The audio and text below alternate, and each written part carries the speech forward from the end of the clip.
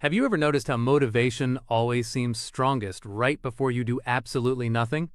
You watch a powerful video, you read an inspiring quote, you decide that this time will be different. You're gonna wake up early, go to the gym, study harder, build that business, change your life. And for a few hours, maybe even a few days, it feels real. You feel unstoppable. Then, something strange happens. The excitement fades. The alarm goes off and suddenly the bed feels warmer. The workout feels harder. The goal feels farther away. And before long, you're right back where you started. Most people see this as a personal failure. They think they're lazy, weak, undisciplined. But what if the problem isn't you? What if the problem is motivation itself? Because despite what the self-improvement industry wants you to believe, motivation is one of the least reliable forces in human psychology. And the people who consistently achieve difficult goals aren't necessarily more motivated than everyone else. In many cases, they're actually relying on something completely different. Let's talk about why motivation never works the way we think it does, and what actually does. The first myth we need to destroy is the idea that successful people are constantly motivated. This belief is everywhere. We look at athletes, entrepreneurs, writers, and top performers, and imagine they wake up every morning feeling energized and inspired. We assume they have access to some secret source of motivation that the rest of us lack. But when researchers and psychologists study high achievers, they find something surprising. Most successful people aren't taking action because they feel motivated. They're taking action whether they feel motivated or not. That's a huge difference. Think about brushing your teeth. You probably don't wake up every morning feeling intensely motivated to brush your teeth. You don't watch motivational videos about dental hygiene. You don't wait for inspiration. You simply do it. Why? Because it's a habit. It's automatic. Your behavior isn't being powered by motivation. It's being powered by a system. And this is where most people go wrong. They treat motivation as the engine of change. In reality, motivation is often just the spark. The engine is something else entirely. Psychologists have known for a long time that emotions are temporary. Motivation is essentially an emotional state, like excitement, like enthusiasm, like confidence. And emotional states fluctuate constantly. One day you feel unstoppable, the next day you feel exhausted. One day you're convinced you'll change your life, the next day you're questioning everything. This isn't a character flaw, it's simply how the human brain works. Yet many people build their entire lives around waiting for the right feeling. They tell themselves, I'll start when I feel ready. I'll study when I'm motivated. I'll exercise when I feel inspired. I'll work on my goals when I have more energy. The problem is that motivation is unpredictable. Imagine a farmer saying, I'll plant crops when I feel motivated. That would sound ridiculous. The farmer understands that results come from consistent action, not temporary emotions. But when it comes to our own goals, we often forget this basic principle. We keep waiting for a feeling that was never designed to last. Here's another uncomfortable truth. Motivation often appears after action, not before it. Most people believe the sequence works like this. Motivation first, action second, results third. But psychology suggests the sequence is often reversed. Action first, small results second. Motivation third. Think about the last time you didn't want to exercise. The hardest part was probably getting started. But once you were 10 minutes into the workout, it became easier. The motivation appeared after the action began.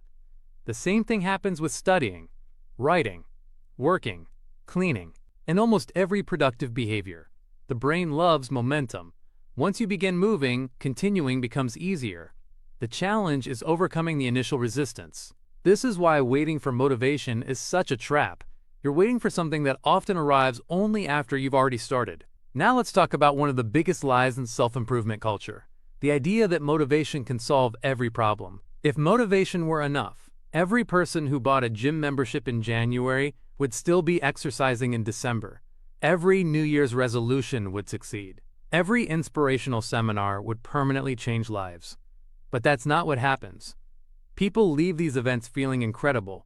For a few days, they believe anything is possible. Then reality returns. The emotional high disappears, and their behavior returns to normal. Why? Because information rarely changes behavior, emotion rarely changes behavior. Systems change behavior. The people who achieve lasting results usually build environments that make success easier and failure harder. They don't rely on feeling motivated. They reduce the need for motivation altogether. Let's look at an example. Imagine two people who want to read more books. The first person relies on motivation. Every night they tell themselves they'll read before bed. Sometimes they do, sometimes they don't. It depends on how they feel. The second person places a book on their pillow every morning. When bedtime arrives, the book is already there. The decision has been simplified. The environment encourages behavior. Who do you think is more likely to succeed? Probably the second person, not because they're more motivated, because their system is better. Human beings are heavily influenced by their environment, much more than most people realize. We like to think our choices come entirely from willpower, but often our surroundings quietly determine our behavior. If junk food is visible, we eat more. If distractions are everywhere, we focus less. If productive tools are easy to access, we use them more.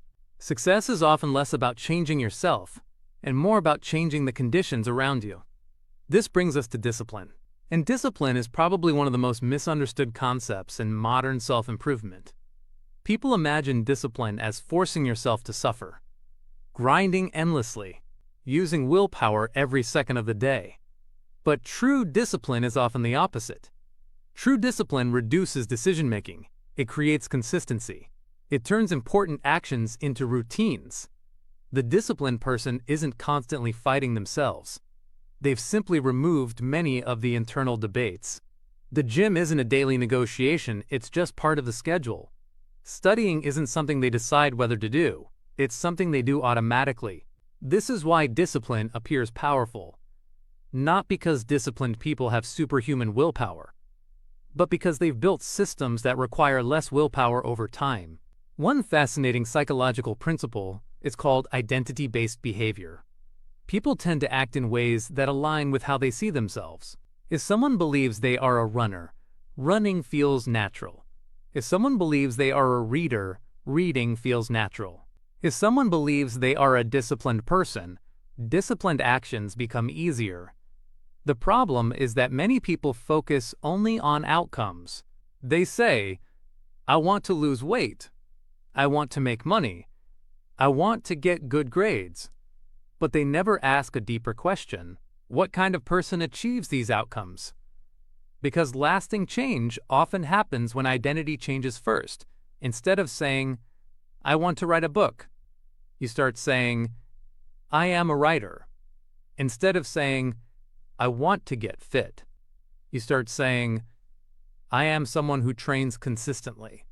These may seem like small differences, but psychologically they're powerful. Your brain naturally seeks consistency between your actions and your identity. So if motivation isn't the answer, what actually works? 3 things. First, systems. Create routines that make good behavior automatic. Reduce friction. Remove unnecessary decisions. Make the desired action easier than the alternative. Second, consistency. Small actions repeated for months are more powerful than massive efforts repeated for a week. Most people dramatically overestimate what they can do in a day and underestimate what they can do in a year. Third, identity. Stop chasing temporary feelings. Start becoming the type of person who naturally performs the behavior. When identity, systems, and consistency work together, progress becomes much more sustainable. The truth is that motivation isn't useless. It has a purpose. Motivation can help you start. It can inspire action. It can remind you why a goal matters. But motivation is a terrible long-term strategy. It's like trying to power an entire city with fireworks. The energy is intense, but it disappears quickly. If you want lasting results, you need something more stable, something that works on good days and bad days, something that works when you're excited and when you're tired. That something is a system. Because the people who achieve extraordinary results aren't necessarily the most motivated.